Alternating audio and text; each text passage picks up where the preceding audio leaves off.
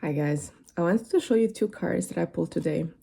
One is good fortune and the other one is good luck, which is exactly the energy that you will feel when you uncover that deeper dream. The deeper dream that is behind the, let's say, facade, the false dream, right? We're all trying to manifest something and we're putting a lot of force into an idea that is just a fragment. It's just like 15% of the real deal. And if you sit in silence, if you go into that space and have the courage to face the dragon, to face the demons, the parts that are protecting the dream, you will uncover a lot of vital force, a lot of energy. In Jungian terms, the libido is coming back home. So this newfound energy will help you launch forward. And there is fear, there is doubt. And usually with the 11th Jinki, there's a lot of suppression, right? Because the 11th Jinki talks about this disconnection from the right hemisphere of the brain. So there is this misalignment with our creative, artistic side. And it's almost like the dreams that you have, right, in the night, but also like the impulses, the archetypes that want to come out. They are almost like echoes from your ancestors. They are the unlived dreams of your lineage. And you can just go back, you can go back, you can ask your mother, your grandmother, you can ask your grandmother about the great-grandmother and so on. And this is what I have done for the last 7 months, realizing and recognizing the dreams that have not been lived in my matriarchal line. And it's so humbling because I notice that I'm carrying that. And so when you see these things, when you have the courage to ask, to find out the stories of your lineage, then you can start not only working with it, but you start playing. And this is what I find fascinating, that every time I study the Jinkies, and I've been doing so for the last 3 years actually, with every key, it's very important that we get into a space of play. So instead of, for example, identifying with an archetype, right? We see the archetype of the artist, right? This is very, very present within me right now. We see the archetype of the artist, or the archetype of the wizard, the magician, the oracle, the seer, the priestess, but we don't identify with it. We start to play with it, because when we play, it's easier for the archetype to be integrated. So they are just here to show us something about our individuation process, right? They come bearing gifts and we take those gifts and we play with it. And this is usually happening if you have the courage to be in that space of silence and to go deeper and deeper and deeper and see these archetypes. It's very interesting that I pull this card as well, the defense. And I was like, okay. And then I heard something. I heard something from a YouTube creator, but as well, like in my own silence, how when you do launch in the direction of your deepest dreams, and you recognize that there is so much stored energy, force, love, passion, fire in those dreams, there will be people with a defense. There will be people that will try to block you from that. And it's not only people in your life, right? From your family to your friends to your acquaintances. It's also different entities and energies. And so the thing is that most of the times we are not aware of how we are being manipulated, how we are being controlled and how our life force, our energy is being stuck, is being compacted by these different things that are trying to take away. It's like a thief. They're taking away our energy, our life force, our libido, right? Whether that is that right acquaintance that you just met or that you have this strange feeling about, whether that is like let's say you are on social media platforms where you know that it's not healthy for you, you know, you feel that there is this energy that is being leaked, right? Like you're leaking energy, and you could be doing your protection spells, and we are divinely protected by God. However, if you do not wake up to your own discernment and you integrate that discernment, you integrate that sovereignty, then you're always going to be blown in the wind by your emotions. That could very well be other people's emotions or just people messing up with you. We still live in a world where the energy, the collective energy of competition, of greed, of vanity, of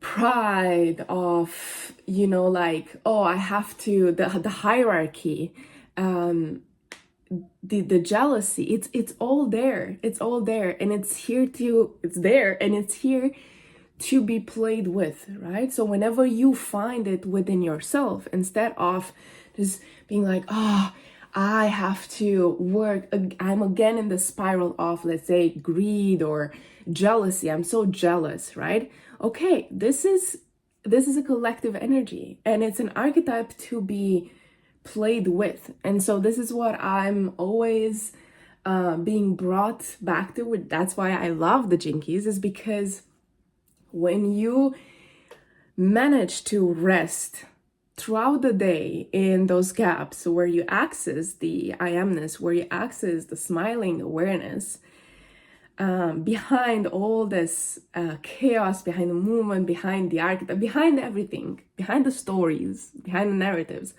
you rest in that, you receive such an amazing power. And this power, you know, like, can be called peace, right? Or it's light, or it's ease, you know, like resting in ease. But actually, I call it silence, you know? And in this space of silence, when you manage to embody the silence, there is nothing out there that can block you or can veer you off course. And even if there is, even if you see this people or entities or energies from your past, whatever, you smile and you know that everything and everyone is part of your journey, right? And it's just about you. You have, like, I'm seeing this right now, is this beautiful image of two cups. There's one cup and on it says joy, and another cup it says peace. So how can you know, yes, we are peaceful, but then access that state of joy, that state of play, and recognize that this play is and has always been within us, has always been here. Because as deep as it gets, and it gets really fucking, it's a mad world out there when it comes to you know, the spiritual world that we are in. It's really difficult, and depending on your childhood traumas, depending on your karma that you came here to alchemize, it's heavy.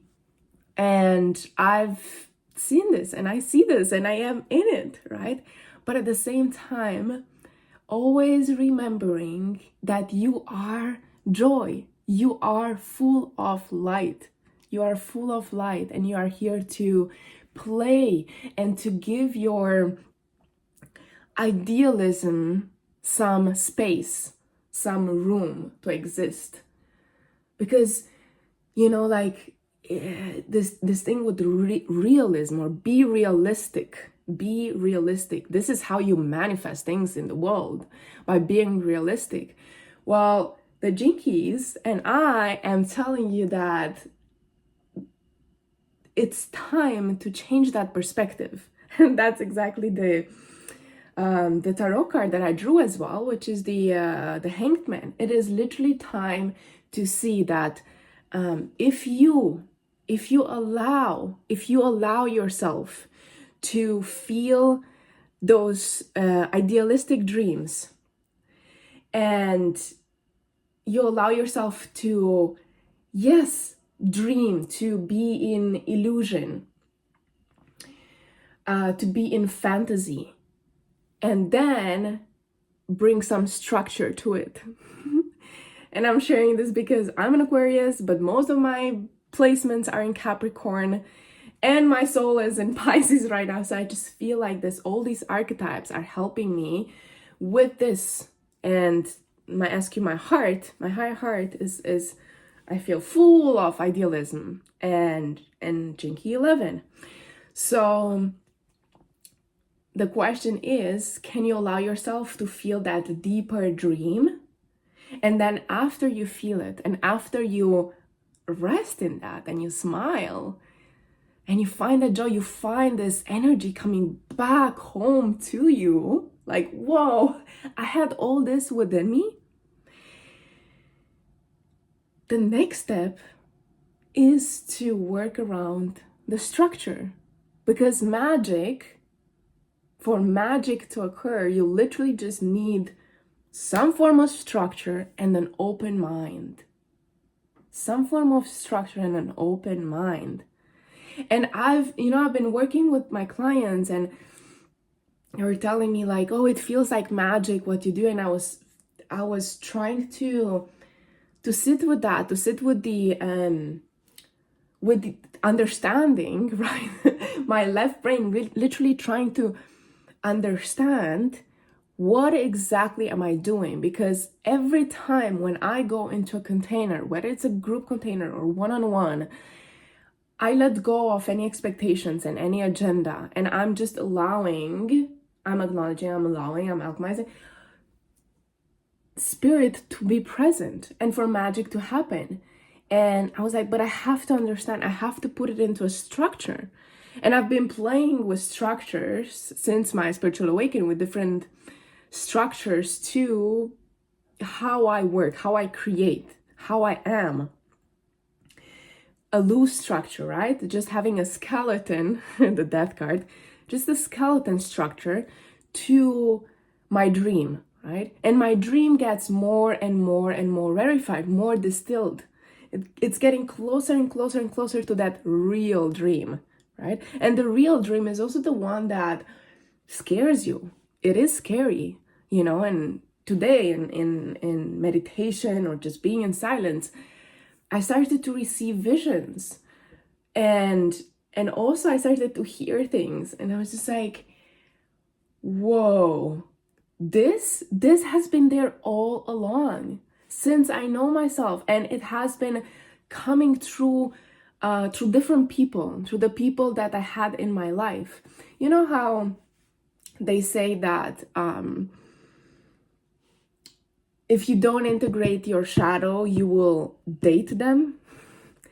And this is true, but one thing that is being missed here, or that people like don't see, is that the shadow is good.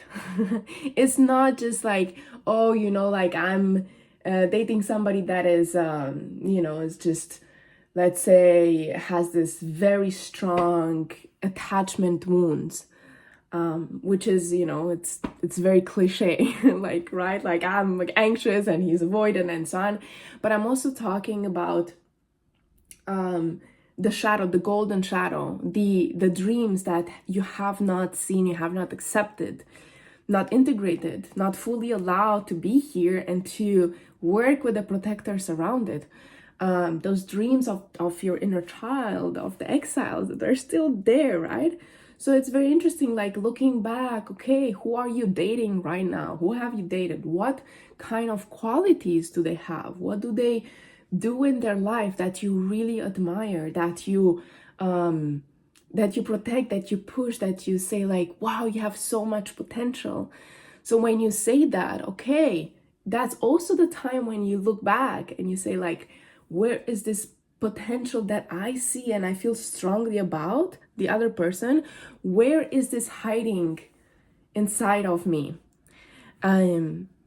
So that's what I wanted to share, because I pulled these very beautiful cards and then the defense.